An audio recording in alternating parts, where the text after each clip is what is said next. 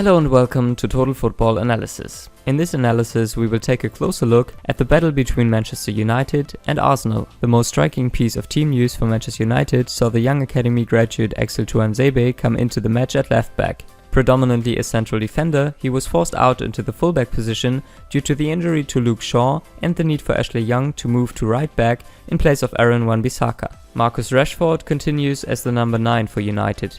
The pass map shows the issues that United had in their ball progression. There was a gap between the midfield and attack that saw them look to play more direct passes up to the forward as opposed to progressing the ball steadily and securely through the thirds. Tuanzebe was very much defensively orientated throughout and did not provide any real width to the attacking phase. The Arsenal team news surrounded two key decisions from coach Unai Emery as Lucas Torreira came back into the heart of the midfield and the introduction of the 18-year-old left winger Bukayo Saka. Nicolas Pepe and Pierre-Emerick Aubameyang continue to build on their partnership in the attack. There appeared similar issues with Arsenal as again their midfield unit was ineffective in aiding with ball progression.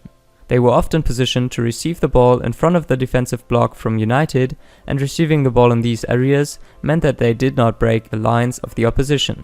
The three midfielders for the away side, Lucas Torreira, Granit Xhaka and Matteo Guendouzi, are more comfortable taking possession in deep areas and then looking to pass forward. They were missing the player who would move into more advanced pockets in order to accept possession from those midfield players, a role that Dani Ceballos would have been perfect for. We see this in the displayed situation with both Guendouzi and Xhaka in short ahead of the entire United block. Guendouzi has dropped back to the left back role to accept possession of the ball from David Luiz. This allowed Sead Kolasinac to move higher from the left back position, but there is still no central option to connect the ball vertically.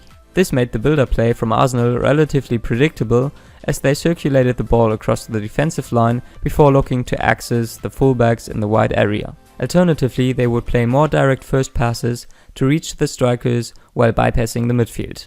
We also saw Arsenal continue with their efforts to play out from the back regardless of the pressure that they were being put under by the press from United. Unai Emery seems to be intent on forcing this tactical mechanism on his team despite not having the players to perform this effectively. We can see this in the shown scenario following a free kick in their own penalty area. The ball was originally played from goalkeeper out to Sokratis at right centre back before switching back and then across to David Luiz at left-sided centre back. Daniel James pressed from the left to challenge Sokratis and follow the ball back to Leno. Rashford was then positioned to pressure Luiz as he received the ball or cut back to press Leno if the goalkeeper wanted to retain possession. When the ball did come out from the first line, Arsenal suffered the same issues as discussed before. With little depth to their midfield, they found it difficult to play through to their forward players. This slowed their attack down and made it easier for United to effectively defend against their threat. If Arsenal had structural issues that prevented them from progressing the ball, then United had more profound issues in all phases of the game.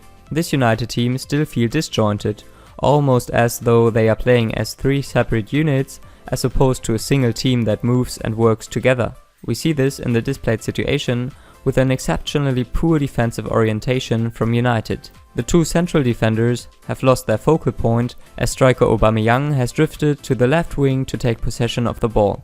Harry Maguire is free and Victor Lindelof has moved across to cover the threat of Saka. The issues here is with the gap between these two defensive players. In general, a gap like this is manageable if a midfield player will drop to sit in front of the space to prevent it from being used as a passing lane. Instead, the midfield for United is flat and Scott McTominay and Paul Pogba are both poorly positioned with one on the near side and one on the far side. A simple 1-2 allows Arsenal to bypass the entire defensive structure for United. We see further structural issues for United in this image. With the ball in the right back position, they are looking to progress the ball into the final third. 5 players have advanced forward to a higher line, but there is nobody in the empty space where they could connect the ball and progress safely up the pitch. With Matteo Guendouzi closing down the ball, there is no option for a direct pass beyond the empty space, and instead United lose possession of the ball in a dangerous area. Again, the midfield for United was ineffective, with Pogba continuing to take up positions that do not help the team, and McTominay displaying poor positional awareness. You can make the argument that Arsenal deserved more out of this game simply because they were the better of two poor teams. If there were issues in the rest of the Arsenal side, then the front three still impressed in patches as they controlled space well in the final third. This was primarily down to the quality and threat of Aubameyang, whose movements caused constant issues for United. We see this in the build-up for the Arsenal goal, even though United are in possession of the ball. Arsenal are pressing heavily and they are man-to-man against United ahead of the ball. There's no easy passing option and the man in possession plays across the face of his own goal instead. This is where Arsenal's attacking structure comes into play.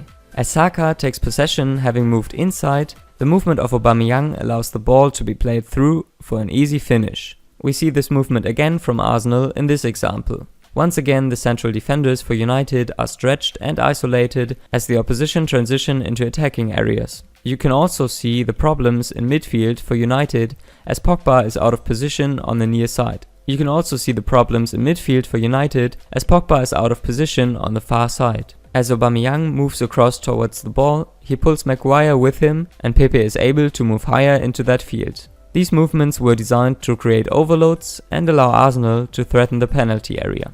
In truth, this match was exceptionally poor both as a tactical battle and as a spectacle for the watching public. Neither side displayed the capacity to create genuine goal-scoring chances, and neither was able to take control of the midfield due to their own failings combined with strange coaching choices. This was the opportunity for either coach to cement his position and appease increasingly anxious fan bases. Neither managed to do so.